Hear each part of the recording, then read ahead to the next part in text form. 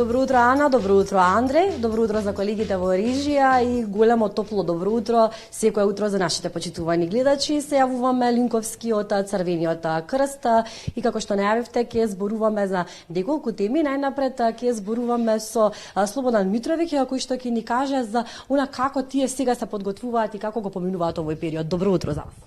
Добро утро, благодарам на поканата.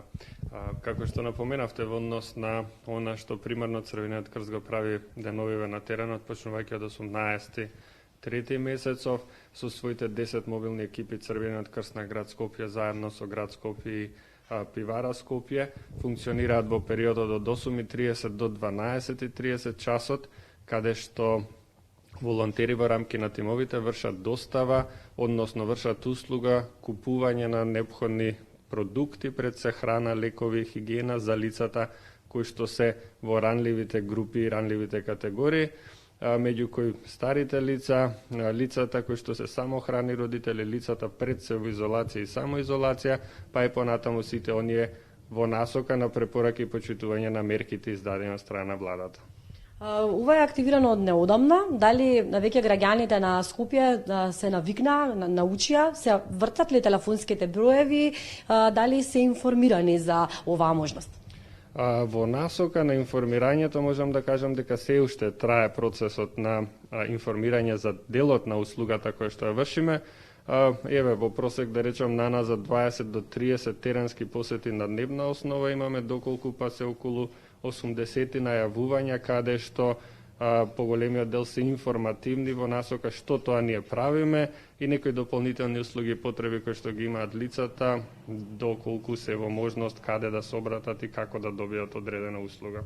Се надевам дека од режија е подготвен флаерот, кој што го има телефонските броеви, бидејќи немаме време сега сите да ги споменуваме, ќе ги замолам од режија да го остават во кадар за да имаат можност, нашите гледачи да видат, затоа што е многу важно да се јават од вистинската општина, да го објасниме тој момент, секоја општина си има посебен телефонски број.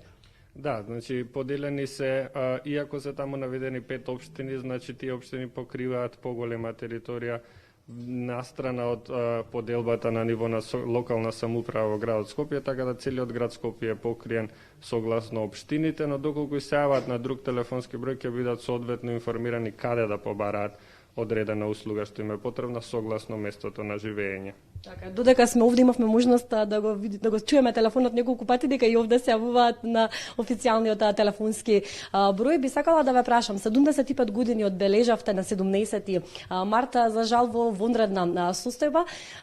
Како, бидејќи вие сте всушност во оние секогаш први борбени редови, поготово во ваква ситуација, вашите тимови, волонтерите се секогаш достапни за граѓаните за помош, како го минувате овој период, што се однесува до оној теренски дел? Па така, можам да кажам, настрана јубилеот кој што го споменавте, иако подготовките беа едни, сепак она кон што се прилагодивме сосема друго согласно ситуацијата, но настрана, како што споменавте, оние 10 мобилни тима кои што се на територија на град Скопје, има насоки и соопштени кон останатите општински организации, односно останатите градови низ државата, во делот на телефонски броеви контакти за информирање на граѓаните, во насока на можностите и потребите за пружање на слични, односно исти услуги како и овдека во Скопје. Така, еве за крај ќе ве замолам да ни демонстрирате како се поставува правилно заштитна маска. Еве повелете, ќе се тргнам за да... Така, значи сепак се поставува маската, нели не една на една, но во моментов ќе го издемонстрираме тој начин.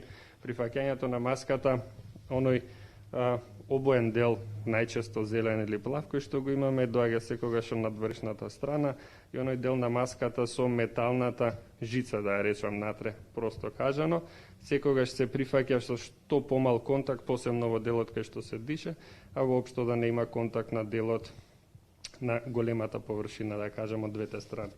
Прифаќањето на самата маска првично со поставување на металниот дел кај носот, соодветно притискање на истиот, понатаму со прифаќање на ластиците се поставува на ушите и се поставува под брадата, значи без допирање на овој дел.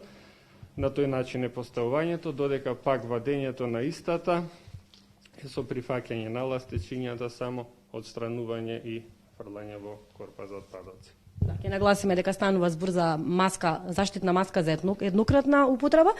Слободан Митровиќ, ви благодарам многу за отстапеното време, за она што ни го пренесовте на накуса. Се надевам бивме корисни за нашите гледачи. Ви посакувам добро здравје и чувајте се. Благодарам на поканата, добро здравје на вам. Така е, колеги, тоа беше едниот разговор. Сега во продолжение ќе поразговараме со Александра Бабуева од Црвениот крст. Ќе зборуваме за копче. Всушност, копче, за оние кои што не знаат, предпоставувам веќе поголемиот број на граѓани го знаат, е дуѓенот во рамките на Црвениот крст на нашата држава, каде што се донира облека и одовде се купува, значи, секонд хенд облека или облека која што е чиста, педантна, но за жал сега во овие услови копче не работи, но тоа не значи дека тимот на копче не работи. Добро утро и за тебе, Александра. Добро утро, благодариме на поканата. Што значи, што е она што се случува сега за затворените врати на копче? Да, како што споминавте, уште пред 2 недели со почетокот на оваа воредна ситуација, копче го затворивме за граѓаните, меѓутоа активностите продолжија, во смисла на тоа дека нашата работилница продолжи со работа и тимот на копче продолжи со работа. Некако идејата за шиење маски се наметна сама по себе, односно самата потреба ја наметна оваа идеја. Имаме навистина многу тимови на терен, како што каже и колегата. Тимовите се составени од страна на вработени и волонтери. За жал, побарувачката за заштитни маски е навистина голема. Во тој период почнавме да ги користиме резервите со кои што располагавме, меѓутоа, поради потребата да тие редовно се менуваат во текот на денот, додавме до ситуација дека мораме да размислиме за некое подолгорочно решение. Едно од решенијата беше подготовката токму на тие реупотребливи маски, кои што во моментот се подготвуваат во копче. Идејата е да најпрво ги задоволиме капацитетите на нашите вработени волонтери, така што тоа е она кое што нашите вработени го прават. Нормално во тек се и донациите од граѓаните, за кои што апелиравме дека е важно да се минимизираат периодов. Сепак Црвениот крст засега има доволна количина на облека, доколку е потребно, онаму каде што треба.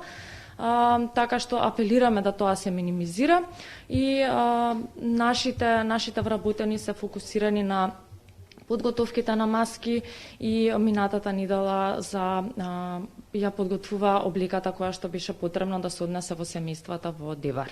Така, има доволно облека, значи претпоставувам и донациите од причина да не се создава гужва, заради тоа ги забавувате во овој период. Околу маските би сакала да ве прашам, значи дали тоа значи дека доколку не дај Боже ескалира целава ситуација, дали имате план, идеја да се прават маски и за ранливите категории, да се прават маски и за пошироката јавност? Да, вака, значи со овие активности започнавме пред 2 недели. За сега нашите капацитети се доволни само да ги покриеме нашите волонтери и вработени правовремено.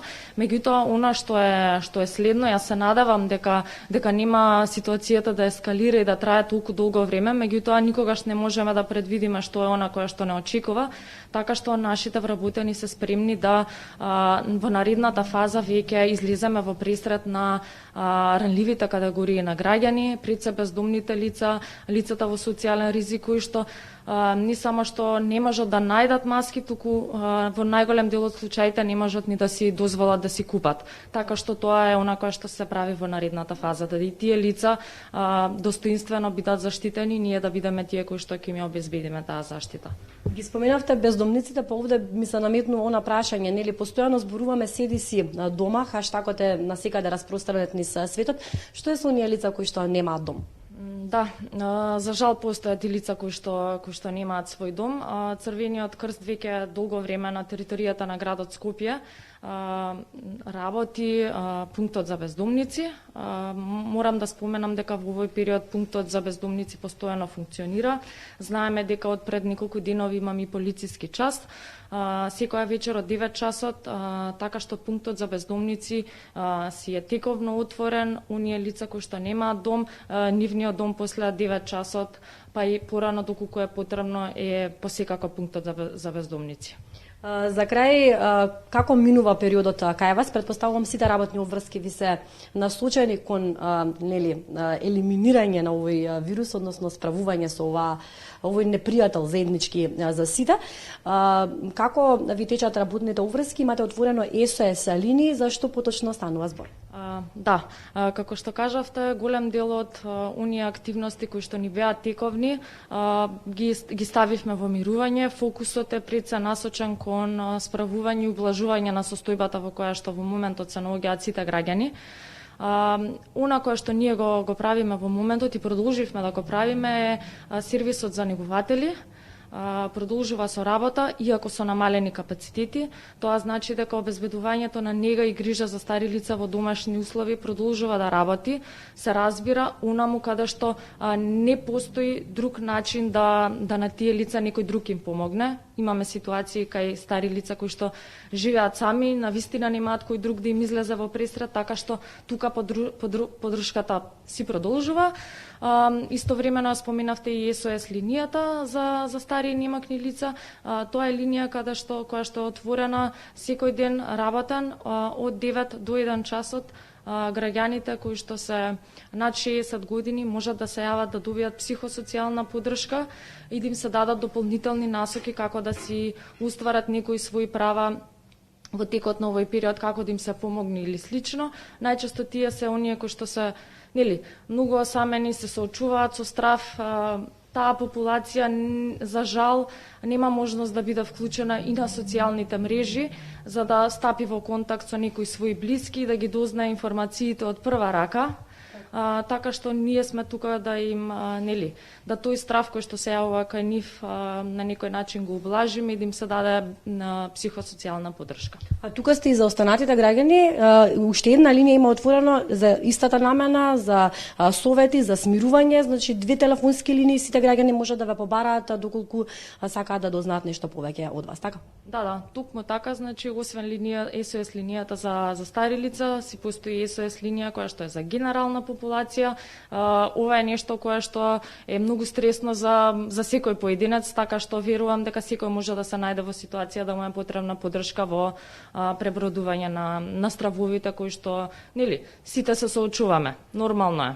Така, ви благодарам многу и за вашето одстапено време и простор, за сите оние совети кои што ни ги дадовте. Ви посакувам и вас добро здравје и вие да се чувате во овој период кој што сите заедно го минуваме. Тоа е, колеги, од она што можевме да го пренесеме од Црвениот крст на Кусо. Секако нашиот тим останува во соработка со нив и понатаму за се она што тие можат да го понудат. Можеме да кажеме дека со овој линк најверојатно успеавме да ја смириме малку ситуацијата кај нашите граѓани, бидејќи на вистина тимот на Црвениот крст, се извинувам, прави да се чувствуваме безбедно во сите ситуации, па и во оваа непозната ситуација со која што се соочуваме денес.